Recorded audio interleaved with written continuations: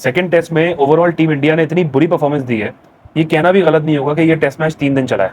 ये 2 दिन में ऑस्ट्रेलिया ने टीम इंडिया को सीधा किया है। 2 दिन के अंदर ये टेस्ट मैच खत्म हुआ है। किसी मोमेंट पे, किसी सेशन में फील ही नहीं हो रहा था कि टीम इंडिया गेम में कहीं आई है या इंडिया ने कहीं डोमिनेट किया है। 2 दिन लगातार ऑस्ट्रेलिया डोमिनेट करता हुआ नजर आया, पहले मिनट से, पहली बॉल से आउटस्टैंडिंग परफॉर्मेंस दी है।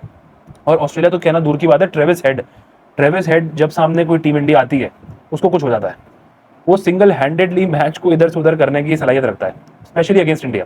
चाहे वो WTC का फाइनल हो अगेंस्ट इंडिया, चाहे वो ODI वर्ल्ड कप का फाइनल हो, इवन T20 वर्ल्ड कप में अगेंस्ट इंडिया उसने परफॉर्म किया था, 76 समथिंग बनाए थे। और अब यहाँ पे भी आके 140 बना के उसने गेम को बड़े आराम से साइड कर दिया, इंडिया के पास गेम जाने ही नहीं दिया। तो ट्रेविस हेड के लिए तो इंडिया के पास ना तो कोई जवाब है, ना कोई उसका हल है, ना कोई तोड़ है। वो जब आता है वो लिटरली टीम इंडिया के हर बॉलर को फोड़ता है, किसी को नहीं छोड़ता, सबको पीटा है उसने, सबको। कोई उसका जवाब नहीं है, कोई उसका तोड़ नहीं है, किसी एक बॉलर के पास नहीं है। जब न्यूजीलैंड और इंडिया की सीरीज चल रही थी, होम सीरीज, तब मैंने उस वक्त एक बात कही थी कि जब ये BGT के लिए ट्रेवल करेगी इंडिया, तो जो सबसे बड़ी चीज इनको हॉन्ट करेगी ना, वो इनका बॉलिंग अटैक होगा, पेस अटैक। बुमराह के पास कोई बॉलर ही नहीं है दूसरा। जैसे आपके पास ये देखते हैं ना, स्टार्क और कमिंस हैं, इवन हेजलवुड, ये तीनों का एक बड़ा जबरदस्त कॉम्बिनेशन है। हेजलवुड ना भी हो तो स्टार्क और कमिंस के दरमियान देखिए, एक होता है बैट्समैन की पार्टनरशिप, लेकिन एक होता है बॉलर्स की पार्टनरशिप। ये बड़ी इंपॉर्टेंट होती है कि दोनों एंड से आपके पास ऐसे बॉलर्स हो जो प्रेशर बनाना जानते हो, जो कंसिस्टेंट हो। बुमराह के पास कोई है ही नहीं, बुमराह अकेले कर रहा है। सिराज अननेसेसरी, एक उनका ना अंदर फजूल का एक ओवर एटीट्यूड आ चुका है, अननेसेसरी अग्रेशन है, जिसकी जहां जरूरत नहीं होती ना वो तब एग्रेशन दिखाते हैं, अननेसेसरी फजूल का। तो दूसरे एंड में ना उनके पास कोई है ही नहीं। सिराज को बस कोई श्रीलंका टीम लाके दे दो ODI फॉर्मेट में, वो वहां 50 रन बॉल आउट कर देंगे। उसके अलावा सिराज बहुत ही एक ना लॉस्ट केस है, लॉस्ट केस। एक बंदा 140 बना चुका है, 140 रन, उसको तब आउट कर रहे हैं जब ऑलरेडी गेम साइड लग चुका है, एक्स्ट्रा रन लीड के पड़ गए इंडिया को, वो तब उसको आउट करके अननेसेसरी अग्रेशन दिखा रहा है, एटीट्यूड दिखा रहा है, जिसकी वहां तुक नहीं बनती थी। पूरे मैच में उसने पीटा है आपको, लिटरली पीटा है। उसके बाद फजूल का अग्रेशन। तो बुमराह ना ये चीज मिस करते हैं। जो मिसिंग फैक्टर है टीम इंडिया में इस वक्त बॉलिंग में, वो शामी है। शामी के बगैर बॉलिंग अटैक बहुत वीक है इंडिया का, बहुत वीक है। ये मैंने तब भी कहा था कि ये सबसे ज्यादा इनको हॉर्न करेगा, और अभी कर रहा है। पर्थ टेस्ट आप जीते हैं ना, तो बेशक उसमें बुमराह की ब्रिलियंस थी, ब्रिलियंस कैप्टनसी में भी, बॉलिंग में भी। फिर बैटिंग के अंदर जायसवाल और राहुल थे। शर्मा जब वापस आ रहे थे, मैंने कहा था कि इनके कॉम्बिनेशन को छेड़ना नहीं चाहिए, क्योंकि राहुल और जायसवाल ने आपको पर्थ टेस्ट जितवाने की पोजीशन पे लाके रखा था। और फिर बुमराह की ब्रिलियंस थी अगेन।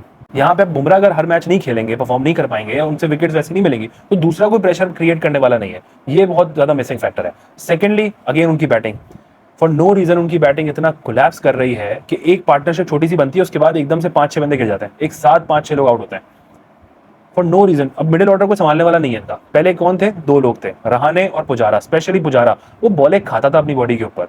बॉलर जो है ना, वो इरिटेट हो जाते थे, फ्रस्ट्रेट हो जाते थे, टायर्ड, थक जाते थे। पुजारा को बॉले कर रहा है, पुजारा पिट रहा है, बॉडी पे खा रहे हैं, उससे फायदा कौन उठाता था? दूसरे एंड पे खड़ा हुआ बैट्समैन। चाहे वो कोहली की सेंचुरी हो जाए, राहुल की सेंचुरी हो जाए, फिर इसी तरह आने वाले बैट्समैन जो होते थे उसके बाद ड्रेसिंग रूम में बैठे हुए रेडी, उनको आसानी होती थी कि बॉलर्स ऑलरेडी इरिटेट हो गए हैं, थक गए हैं, तो उसका वो फायदा उठाते थे। तो पुजारा वो प्लेयर था जो इनके मिडिल ऑर्डर को संभालता था, वो इनके पास कोई है नहीं। पूरे तरीके से इनकी रिप्लेसमेंट्स रेडी ही नहीं थी। अब ये मिस कर रहे हैं। जितनी भी आप पुरानी BGT सीरीज उठा लें, या जो भी बड़ी सीरीज आपने टेस्ट सीरीज जीती है ना टीम इंडिया ने, उसकी सबसे बड़े जो रीजन थे ना, वो रहाणे और पुजारा थे। लिटरली उन दोनों के बगैर टीम इंडिया का मिडिल ऑर्डर ऐसा ही कोलैप्स होता। वो संभालते थे, और आज वो मिस कर रहे हैं। और फिर साथ में शर्मा और कोहली परफॉर्म नहीं कर पा रहे, उनकी फॉर्म बिल्कुल खत्म हो चुकी है। देखें, अब शर्मा और कोहली को ना, नो डाउट वो ग्रेट्स हैं जनरेशन के, स्पेशली कोहली तो है ही। अब उनको अब टाइम आ गया है मूव ऑन करने का। मूव ऑन इसलिए करना है कि अब कोहली का वो पीक वापस नहीं आ सकता। अब आप किसी और को चांस दें और थोड़ा सा बैकफुट पे जाके अपनी मतलब जगह को छोड़ दें, कोई मसला नहीं है। अब मूव ऑन करने का टाइम आ गया है। एक ही इनकी वीकनेस है कि फोर्थ स्टंप की जाने वाली बॉल पे बल्ला लगा देते हैं। अब अच्छा भला बोलैंड की सारी बॉल्स को उन्होंने रिस्पेक्ट किया, एक सीधी बॉल हल्की सी सीम पोजीशन हुई और उन्होंने उस पर बल्ला लगा दिया, आउट हो गए। तो कोहली की अब वो पीक वापस आनी नहीं है। It's time to move on. एक हाई टाइम है ये डिसीजन लेने का। इसी तरह रोहित शर्मा कल जब बैटिंग करने के लिए आए, जब वो आ रहे थे वॉक करके, बेशक उनका एक नेचुरली ये स्टाइल है कैजुअल आना, बिल्कुल ऐसे घूमते हैं वो, लेकिन कल वो बहुत डेड लग रहे थे, मेंटली डिस्टर्ब लग रहे थे, रेडी नहीं थे, फ्रेश नहीं थे, कहीं ना कहीं बिल्कुल नींद में, वो रिएक्ट ही नहीं कर पा रहे थे। जिस तरह उन्होंने कल बॉल खाई है, पहली बॉल सर पे, चेहरे पे उनके बॉल लगी, हेलमेट पे, वो रिएक्ट ही नहीं कर पाए। इतना लॉस्ट लग रहे थे वो, कहीं पे डेड थे मेंटली। तो अब उनके लिए भी मुश्किल है, उनकी फिटनेस के हिसाब से टेस्ट क्रिकेट पे चलना। स्पेशली मिडिल ऑर्डर में रोहित शर्मा की कोई जगह नहीं है, वो ओपनर ही सही है। लेकिन ओपनिंग पे मसला ये है कि राहुल और जायसवाल ने आपको पर्थ टेस्ट जितवाया, तो अब मिडिल ऑर्डर में रोहित शर्मा की पोजीशन नहीं बनती। तो इट्स टाइम कि भाई आप मूव ऑन करना शुरू करें। अब प्रॉब्लम ये होती है कि जब आप रेगुलर खेलते रहते हैं ना जबरदस्ती, आपकी जगह भी नहीं बन रही, आप खेलते चले जा रहे हैं, होता ये है कि जो आपकी रिप्लेसमेंट होती है वो वेस्ट हो रही होती है, वो भी वेस्ट हो रही होती है, आप भी जबरदस्ती खेल रहे होते हैं, फॉर्म नहीं चल रही होती। लेकिन जब आप क्रिकेट छोड़ते हैं तो आपकी रिप्लेसमेंट की भी एज हो चुकी होती है, वो आपको रिप्लेस करने के काबिल नहीं होता। फिर आप किसी ऐसे यंगस्टर को लेकर आते हैं जो रेडी नहीं होता, जैसे अभी आपकी टीम कोलैप्स कर रही है। कोई है ही नहीं इम्पैक्ट प्लेयर। हाँ, ऋषभ पंत है इम्पैक्ट प्लेयर, बट अगेन वो भी उस लेवल पे परफॉर्म नहीं कर पा रहे। बट वो एक बंदा है जिसको आप कह सकते हैं, जिस पर आप ट्रस्ट कर सकते हैं कि यार वो मुश्किल सिचुएशन में टीम इंडिया को गेम से बाहर निकाल देगा।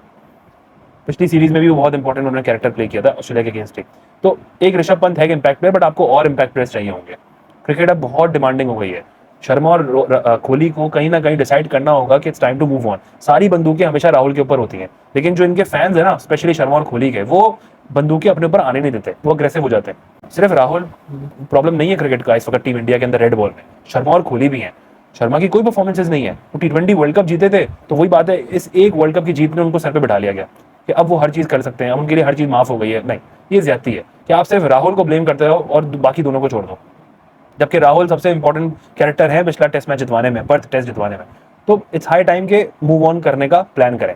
ओवरऑल रोहित शर्मा की कैप्टनसी इस टेस्ट मैच में भी बहुत ज्यादा डिफेंसिव नजर आ रही थी। जो team India Perth test match में अग्रेसिव थी, किल पे जा रही थी, बुमराह की अप्रोच अग्रेसिव थी, वो सडनली डिफेंसिव हो गए। रोहित शर्मा ओवरऑल एक डिफेंसिव कैप्टनसी में नजर आ रहे थे। सुनील गावस्कर ने बिल्कुल ठीक कहा था कि जिसको भी आप अनाउंस कर रहे हैं फर्स्ट टेस्ट मैच में कैप्टन BCCI, वो पूरी सीरीज के लिए वही कैप्टन होना चाहिए। क्योंकि पूरी टीम पहले एक कैप्टन के अंदर खेलती है, फिर सेकंड टेस्ट मैच में दूसरा कैप्टन आता है, फिर अप्रोच चेंज हो जाती है, माइंडसेट डिफरेंट हो जाता है, तो एक ही कैप्टन होना चाहिए। तो ये भी बड़ा प्रॉब्लम है कि रोहित शर्मा की कैप्टनसी भी बहुत ज्यादा डिफेंसिव और वीक हो गई है। वो अपने शेल में जाके खेल रहा है, रोहित भी और कोहली भी, वो अपने शेल से बाहर नहीं आ रहे हैं, अपने एक बबल के अंदर रहना शुरू हो गए हैं। अपनी ही वीकनेस, उनको पता है क्या वीकनेस है, उसी वीकनेस पे हर मैच में एक्सपोज होते चले जा रहे हैं। तो जब तक अभी इंडियन टीम टफ डिसीजंस लेकर दूसरे को चांस नहीं देगी और ये सीनियर प्लेयर अपनी जगह नहीं छोड़ेंगे, तो इसी तरह रेड बॉल के अंदर ये स्ट्रगल करते रहेंगे। ठीक है, बार बार 10 मैचेस खेलने पे एक आधी सेंचुरी आ जाएगी, जैसे कोहली की आ गई पर्थ में, शर्मा की भी शायद आ जाए, लेकिन एक सेंचुरी के ऊपर अगले 10 मैचेस आप कॉम्प्रोमाइज कर रहे होंगे। और यही हो रहा होगा कि 10 मैचेस में से आपकी 8 मैचेस में परफॉर्मेंस नहीं होगी, एक में होगी, और लोग खुश हो जाएंगे उसको देख के, फैंस खुश हो जाएंगे जो कल्ट फैंस हैं। तो it's time to move on. आपको टफ डिसीजन लेने होंगे, नहीं लेंगे तो आपके देखें मिडिल ऑर्डर वल्नरेबल हो चुका है। यंगस्टर्स प्रेशर अब्सॉर्ब नहीं कर पा रहे, वो रेडी नहीं थे। सीनियर जो है वो परफॉर्मेंस नहीं दे पा रहे, उनकी फॉर्म बिल्कुल वीक हो चुकी है।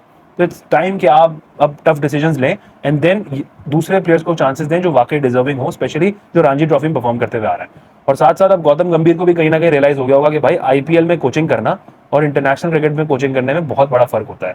IPL की कोचिंग करते हुए वो रवि शास्त्री को बड़ा ब्लेम करते थे, जब रवि शास्त्री, हालांकि रवि शास्त्री का एरा बहुत बेटर है इनके गौतम गंभीर के टाइम से। गौतम गंभीर ने आते ही कोई एक्सपेरिमेंट्स नहीं किए, कोई नए चांसेस नहीं लिए, वो टिपिकल अपने पैटर्न से ही खेल रहे हैं जैसे टीम इंडिया खेल रही थी। ये तो होता है ना, एक्सपेरिमेंट की वजह से आप हार रहे हो, आप एक्सपेरिमेंट भी नहीं कर रहे, लेकिन आप बहुत बुरे तरीके से गौतम गंभीर जो है ना वो एक्सपोज हो गए। उनकी जितनी भी ईगो थी ना, ईगो और एटीट्यूड, वो कहीं ना कहीं बहुत बुरे तरीके से डैमेज हो चुकी है। वैसे उनके लिए बहुत सारी चीजें बहुत आसान थी IPL में, लेकिन अब नहीं है। एक स्क्रिप्टेड लीग में और एक इंटरनेशनल स्टैंडर्ड के क्रिकेट में बहुत बड़ा डिफरेंस है।